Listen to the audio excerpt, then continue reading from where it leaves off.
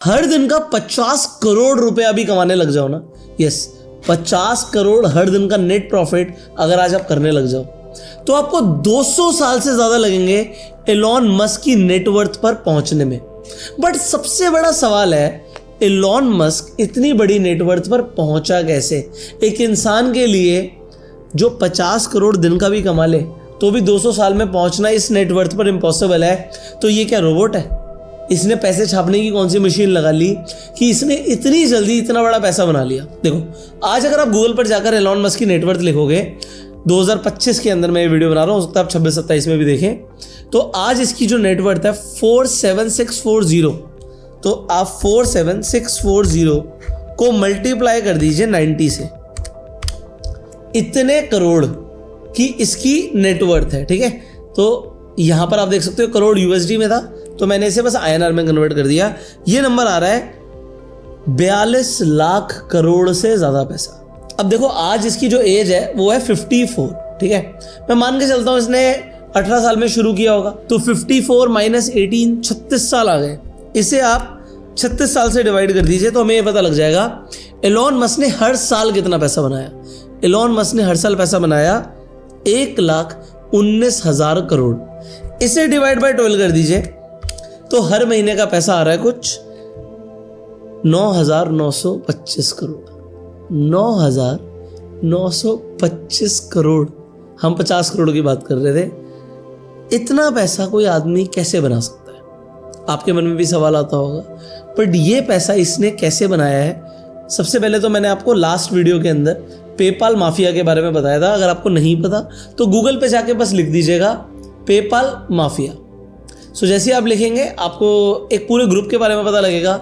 जितने भी पेपाल के अर्ली को फाउंडर्स थे या फिर जो अर्ली फाउंडिंग टीम थी, उन सब ने बड़े बड़ी कंपनीज जैसे लिंक्डइन, यूट्यूब, स्पेसएक्स, टेस्ला, इन सबको खड़ा कर दिया।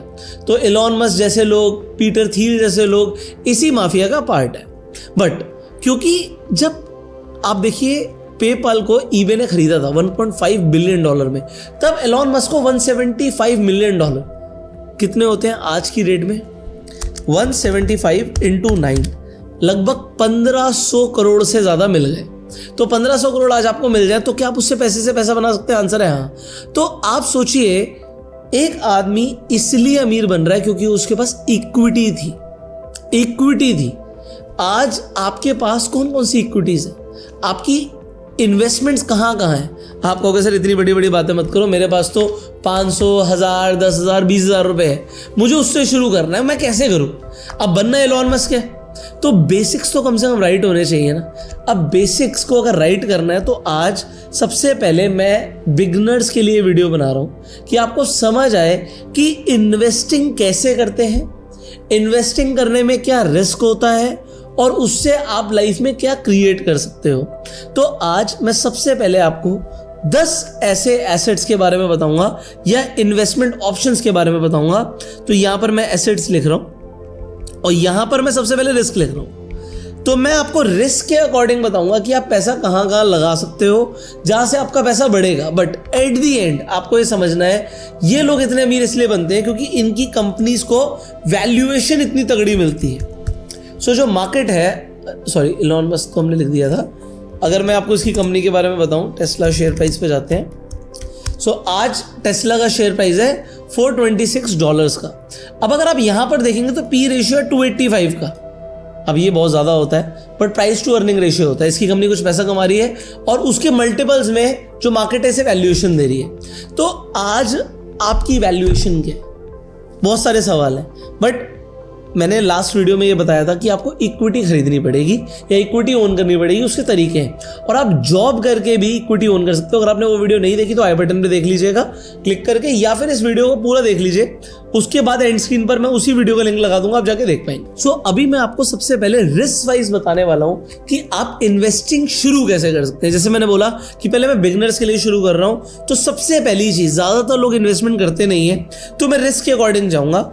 मैं सबसे कम रिस्क से शुरू करता हूं, जिसमें मैं रिस्क नंबर 1 दे रहा हूं कि सबसे कम रिस्क है। अब जैसे जैसे मैं बढ़ूंगा रिस्क की, अगर मैं यहां पर रैंक दूंगा नंबर 10 तो ये बहुत ज्यादा रिस्की हो जाएगा। तो आपको समझ आएगा कि कम रिस्क आपको रखना है, ज्यादा रिस्क रखना है, बट पैसा बनेगा कहां पर। अगर मैं बात करूं यहाँ पर रिस्क, जहाँ पर मैं नंबर 1 रख रहा हूँ, तो आपको सबसे पहले अपना पैसा रखना चाहिए सेविंग अकाउंट में। आप कहोगे वहाँ पे तो हम सब रखते हैं, बट एक छोटी सी गलती है जो ज़्यादातर लोग कर देते हैं। जब आप सेविंग अकाउंट में पैसा रख रहे हो तो जनरली आपका पैसा सेफ है, जनरली, जब तक बैंक ना डूब जाए, ठीक है। अब डिपेंड करता है आपका सेविंग अकाउंट कहाँ पर है। अगर आपका सेविंग अकाउंट पब्लिक बैंक में है, पब्लिक मतलब सरकारी बैंक में है, SBI में है, यूनियन बैंक में है, तो आपको रेट ऑफ इंटरेस्ट बहुत कम मिलता है। बट एग्जाम्पल के लिए, मैं सिर्फ एग्जाम्पल के लिए बात कर रहा हूँ, एग्जाम्पल आपका बैंक अकाउंट है IDFC बैंक में या RBL बैंक में। अब ये जो बैंक है प्राइवेट बैंक है, बट कमाल की बात है ये अप टू 7% आपको सेविंग अकाउंट पे रेट ऑफ इंटरेस्ट दे देते हैं। और IDFC बैंक की एग्जांपल दे रहा हूं, हर 1 तारीख को आपके अकाउंट में जो इंटरेस्ट का पैसे क्रेडिट हो जाता है। अब सोचो अप टू 7% मिल रहा है, 6 तो मिल ही रहा है, आधा % महीना अगर आपको सेविंग अकाउंट में मिल रहा है, ये बहुत ज़्यादा होता है। मतलब इससे भी पैसा ग्रो हो सकता है अगर आपका पैसा सेविंग अकाउंट में पड़ा है। मैं आपको एक एग्जांपल के साथ समझाता हूँ, आप मेरी स्क्रीन पर देखिएगा। सबसे पहले तो मैं आपको IDFC bank saving account interest rate दिखा देता हूँ, ठीक है। तो ये दिख जाएगा आपको जो मैं बोल रहा हूँ। तो देखिए इंटरेस्ट अप टू 7% आ रहा है, और जैसे मैंने बोला कि मैं आपको ये भी दिखा देता हूँ इससे आपका पैसा कितना ग्रो होगा। यहाँ पे कोई प्रमोशन नहीं है, ठीक है, इसका कोई प्रमोशन मैं कर नहीं रहा हूँ, जस्ट मैं आपको एक लमसम कैलकुलेटर पर लेके जा रहा हूँ। तो एग्जाम्पल के लिए आपके पास बैंक में कुछ भी एक अमाउंट ले लो, आपके पास कुछ पड़ा हुआ है, हम मान के चलते हैं आपके पास मान लेते हैं 50 लाख रुपए पड़े हुए हैं, और अब तो सिर्फ साल का 7% आ रहा है, तो 7% लिख देते हैं। और आपके पास मान लीजिए आप भूल जाते हो पैसे इन्वेस्ट करके, आपने 20 साल के लिए पैसा डाला और छोड़ दिया, एग्जाम्पल है ये, तो भी क्या होगा, आपके जो 50 लाख है वो लगभग 2 करोड़ रुपए हो जाएंगे अगर आपने छोड़ दिया। अब आप कहोगे यार पहली बात तो 50 लाख किसके पास है, मेरे पास तो 5 लाख ही है, और दूसरी बात 20 साल छोड़ो, मुझे बताओ 5 साल में क्या होगा। तो फिर भी 5 साल में आपके जो 5 लाख रुपए हैं वो 7 लाख रुपए हो जाएंगे, तो 2 लाख रुपए का इंटरेस्ट की अर्निंग हो गई। तो जितना भी पैसा है आपके पास, आप लमसम कैलकुलेटर पर जाके खुद चेक कर सकते हो कि आपका पैसा किस स्पीड से बढ़ेगा। अब चलते हैं यहाँ से नंबर 2 कैटेगरी पे, जहाँ पर रिस्क थोड़ा सा बढ़ जाएगा, बट आपको यहाँ पर अगर आप देखोगे तो जो इंटरेस्ट सेविंग अकाउंट में आ रहा था उससे ज़्यादा फायदा होने वाला है, एंड दैट इज गोल्ड। अब गोल्ड के खरीदने के कई सारे ऑप्शंस हैं। मैं ज्वेलरी पर्सनली खरीदता हूँ, बट जनरली मैं रिकमेंड नहीं करता कि आप ज्वेलरी खरीदें, क्योंकि ज्वेलरी को आपको सेफ रखना है। बट जिन लोगों को पहनने का शौक है एसेसरी में, वो एक अलग बात है। बट फिर भी आपको क्या खरीदना चाहिए, फिजिकल गोल्ड की जगह अगर आप डिजिटल गोल्ड सोच रहे हो तो आप गलत सोच रहे हो, ठीक है। डिजिटल गोल्ड में स्कैम होता है। कैसे स्कैम होता है शॉर्ट में बता रहा हूँ, एडिटर यहाँ पर दिखा देगा। आप खरीदने जाओगे कुछ और रेट होगा, बेचने जाओगे कुछ और रेट होगा, फंस गए ना। बट अगर मैं आपको बताऊँ एक ही रेट पे आपको बेचने का अपॉर्चुनिटी मिले, वो कैसे होगा, वो भी ऑनलाइन। और सबसे बड़ी बात GST लगेगा, वो होते हैं गोल्ड ETF। तो इसको मैं सिर्फ अगर आप देखोगे रिस्क के अकॉर्डिंग रैंक 2 पर रख रहा हूँ। रिस्क कम है बट रिटर्न कितनी बड़ी है ये देखो। अगर आप गूगल पर जाके लिखेंगे गोल्ड CAGR, तो CAGR का मतलब क्या होता है, कंपाउंड एनुअल ग्रोथ रेट, जिससे हमें पता लगता है हर साल गोल्ड कितने % से बढ़ रहा है। तो अगर आप गोल्ड का एक एवरेज देखोगे तो एवरेज 12% के आसपास है, और लास्ट 5 साल का 13% के आसपास, हम 12 पकड़ लेते हैं। तो इसी लमसम कैलकुलेटर में जहां पे 7 मैंने लिखा था, अगर मैं इसे 12 कर देता हूं तो फिगर ही चेंज हो जाएगी। 5 लाख के यहां पर ऑलमोस्ट 8,80,000 रुपए हो रहे हैं। और अगर आपने इसे लॉन्ग टर्म में छोड़ा, जो हमने एग्जैक्टली 50 लाख से फिगर देखी थी, तो 50 लाख पे जहाँ पे सेविंग अकाउंट में सिर्फ 1 करोड़ 90 लाख हो रहे थे, यहाँ पे लगभग 4 करोड़ 80 लाख रुपए हो रहा है आपका। तो इतना बड़ा फर्क आ जाता है, सिर्फ हमने थोड़ा सा ज़्यादा लिया और गोल्ड में इन्वेस्टमेंट कर दिया, तो हमारी रिटर्न पूरी तरीके से चेंज हो गई। अब आप गोल्ड का ETF खरीदोगे कैसे? गोल्ड का ETF खरीदना बहुत आसान है। उसके लिए आपको डीमेट अकाउंट चाहिए होगा। डीमेट अकाउंट फ्री में खुल जाते हैं अगर आपकी एज 18 साल से ऊपर है।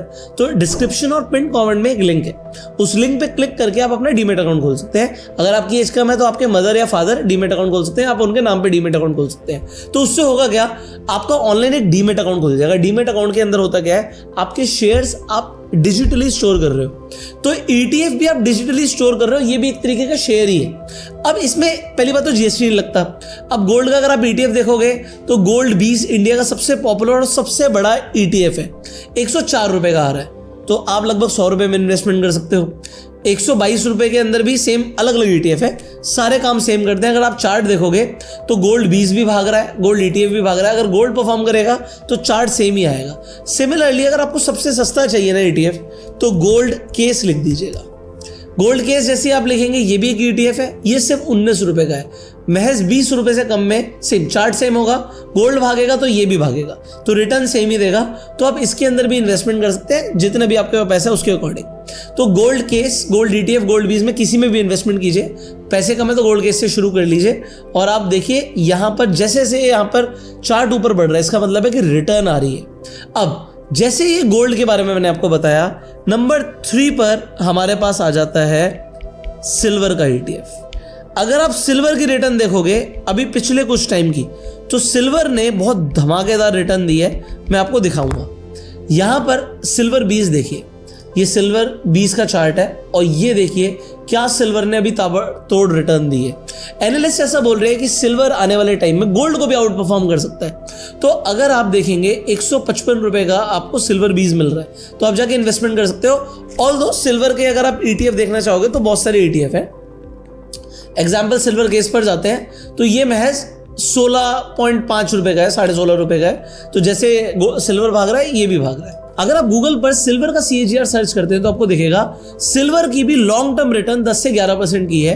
कमाल की बात क्या है, पिछले 1 साल की रिटर्न अगर आप INR में देखेंगे तो 54 से 65% की है, 3 साल की 34 to 36% की है और पिछले 5 सालों की 19% की है। इसका मतलब क्या है, रिलेटिवली अभी पिछले कुछ सालों से सिल्वर तेज भाग रहा है। इसीलिए एनालिस्ट कह रहे हैं कि ये गोल्ड को भी आउट परफॉर्म कर सकता है। अब अगर 19% की भी रिटर्न यहां पर लगा दी जाए तो क्या जादू होगा, यहां पर देखना। ये 4.8 करोड़ था, लगभग 5 करोड़ पकड़ लीजिए। जैसे ही मैं इसे यहां पर बदलता हूं, ठीक है, और इसे 19 लिखता हूं, तो यहां पर सीधा गेम ही बदल जाएगा। आपका लगभग 4.8 करोड़, 5 करोड़ था ना, 16 करोड़ हो गया। कहां 5 करोड़, कहां 16 करोड़। इतना बड़ा फर्क आ सकता है अगर हमें एक सही एसेट क्लास मिल जाए तो। बट क्योंकि सिल्वर के अंदर मूवमेंट वॉलेटाइल होते हैं, इसीलिए मैं इसे थोड़ा रिस्क की कैटेगरी में डाल रहा हूं। तो मैंने यहां पर रिस्क के अकॉर्डिंग इसे नंबर 3 दिया है। अब रैंक 4 पर रिस्क के अकॉर्डिंग मैं रखूंगा रिट्स को। अब रिट्स का मतलब होता है real estate investment trust. India के अंदर आपको 3 रिट्स दिखेंगे और ये भी आपको कहां दिखेंगे, आपके डीमेट अकाउंट में दिखेंगे। आपको REIT अगर आप लिख दोगे तो यहाँ पे REIT लिखते ही एम्बेसी, माइंडस्पेस, ये नाम आ जाएंगे आपको। और तीसरा है ब्रुकफील्ड, BIRET के नाम से आपको मिल जाएगा। ये रहा ब्रुकफील्ड हमारा। सो अगर आप यहाँ पर देखोगे एम्बेसी, माइंडस्पेस और ब्रिट, हमने तीनों ले लिए, तीनों देखोगे तो 500 रुपए से कम में। अब कमाल की बात है, अगर आप गूगल पर जाके इनकी ईयरली रिटर्न्स देखोगे तो जो एवरेज आपको दिखेगी वो दिखेगी यहाँ पर एम्बेसी की,